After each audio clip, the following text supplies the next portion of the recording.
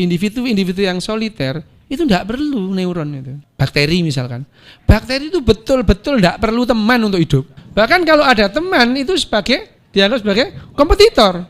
Tapi ya memang evolusi ini merancang sel ini untuk bisa saling makan pada saat masa paceklik gitu ya. Nah, sifat manusia yang sosial, ada buku yang bagus karangannya E.O. Wilson, Human Nature gitu ya. Dia membahas bagaimana manusia itu berevolusi, bahkan tapi dia simpatik bagaimana agama itu membentuk religiositas itu membentuk budaya manusia ini. Dan pada saat itu si E.O. Wilson itu juga belum tahu bagaimana adanya mirror neuron. Tapi sekilas ya apa yang dikatakan oleh E.O. Wilson itu tidak terlalu jauh berbeda mengenai mirror neuron. Nah, jadi manusia itu akhirnya dia dengan neuron cerminnya itu dia belajar bersama, menentukan sesuatu bersama, berpikir bersama, menyimpulkan, dan akhirnya budaya itu bisa berkembang. Nah, kalau kita melihat permukaan otak ini adalah mapping otak tahun 50 ya. Kayak gini. Gini aja pengetahuan orang tentang otak superficial. Dia ada yang disebut middle frontal. Disebut aja. Fungsinya apa? Belum tahu. Ya. Disebut supratemporal kiri. Fungsinya apa? Enggak tahu. Ya. Tapi setelah kita menemukan neuron cermin, kita tahu ternyata orang yang suka ketemu malaikat itu kita rusak sini, malaikatnya hilang. Tuh, ya. Ya. Bayangin Nabi dulu kita kasih obat Prozac itu langsung macet itu wahyunya ya. Untung dulu itu enggak ada obat-obat gitu. Coba Nabi itu terus dikasih Prozac 3 kali sehari gitu. Macet wahyunya ya. Langsung dia tiap hari ndangak nunggu wahyu datang. Mana wahyu enggak turun-turunnya. Wahyu mudun wahyu. Wahyu mudun wahyu. Sila. Apa yang punggung? Ya Allah, kira mudun kene yo. Ya, itu adalah pengetahuan kita tentang itu semua. Pengalaman spiritual seperti apa bisa tahu sekarang kita. Nah, pada saat kemudian mirror neuron itu berkembang, akhirnya kita mengetahui itu ya, bagian depan itu adalah menentukan tujuan. Kalau kita mau berbicara bareng gini, apa sih? Goal kita apa ini? Kita menentukan. Nah, itu yang aktif itu tuh. Ini menentukan tujuan, ya.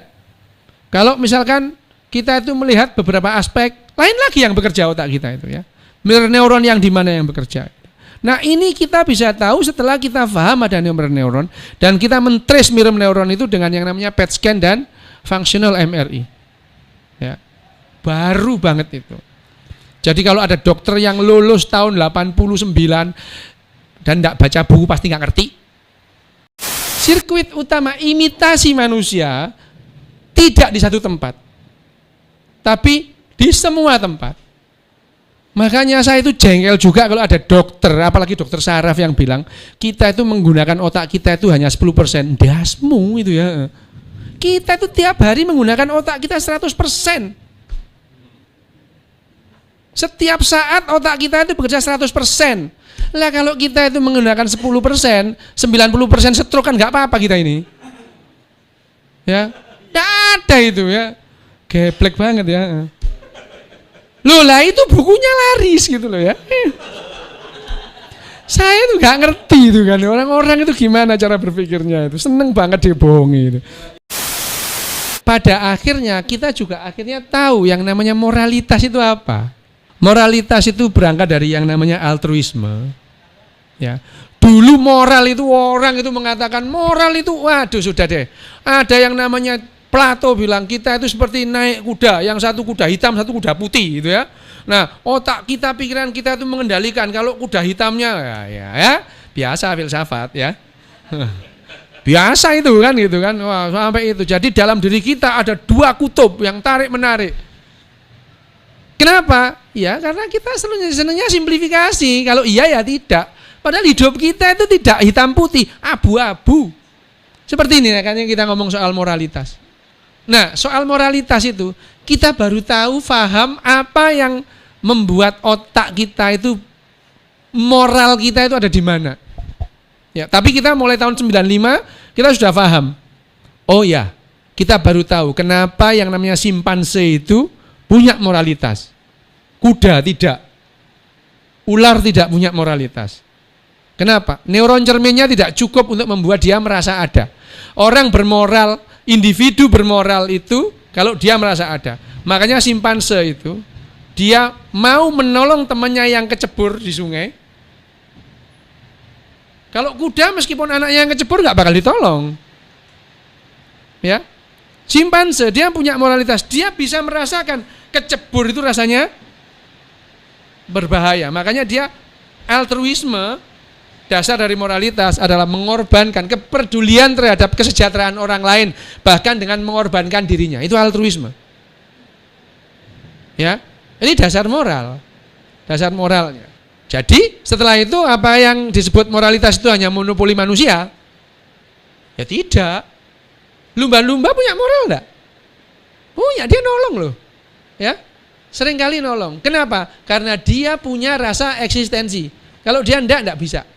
Dia tidak bisa merasakan penderitaan orang tenggelam, dibiarin aja. Simpanse menolong anggota kelompoknya yang berada dalam bahaya. Tapi kita tahu juga simpanse itu kalau menyerang kelompok main bisa dengan serangan yang mematikan. Ya, itu. Jadi moralitas itu apa? Ya, bagi sebagian orang moralitas itu hanya urusan di bawah perut aja ya. Kalau bajunya mini nggak bermoral ya. Dikerukupi semua moralitas tinggi gitu ya. Bagi dia itu moralitas itu enggak ada urusannya dengan orang lain gitu ya. Bagi beberapa orang moralitas hanya itu, tapi dasar-dasar moral itu sebetulnya seperti ini. Kita melakukan apa yang ingin orang lain melakukan terhadap diri kita, atau kita tidak melakukan apa yang kita tidak ingin diperlakukan seperti itu. Itu nilai-nilai universal dari morality. Tapi yang namanya sirkuit moralitas di otak kita tidak berdiri sendiri. Ada tandingannya. Yang namanya sirkuit egois. Ya, ada di otak kita juga. Dan itu ada lebih dulu, jauh lebih dulu ketimbang otak moralitas kita, ya. Tikus sudah punya itu. Jadi tikus itu sudah punya konsep pahala dan dosa itu ada. Ada itu. Nah, itu kita tahu sudah awal, makanya kita menekankan bahwa hewan itu binatang, beberapa binatang itu mendidiknya dengan reward and punishment. Dia itu perkara misalkan diginikan aja ya. Apa namanya? Tongkatnya diangkat, si anjingnya itu langsung berdiri. Dia takut aja, pokoknya kalau enggak nanti dia dipukul. Terus kalau dia berdiri, dia dikasih biskuit. Perkara biskuitnya ada apa enggak itu enggak penting, pokoknya dia gini aja gitu. Sama dengan kita ini, nanti ada surga. Perkara surga ada apa enggak penting, pokoknya kita yakin gitu ya. Itu adalah konsep pahala dan dosa. Itu mamalia kelas rendah itu ada itu ya.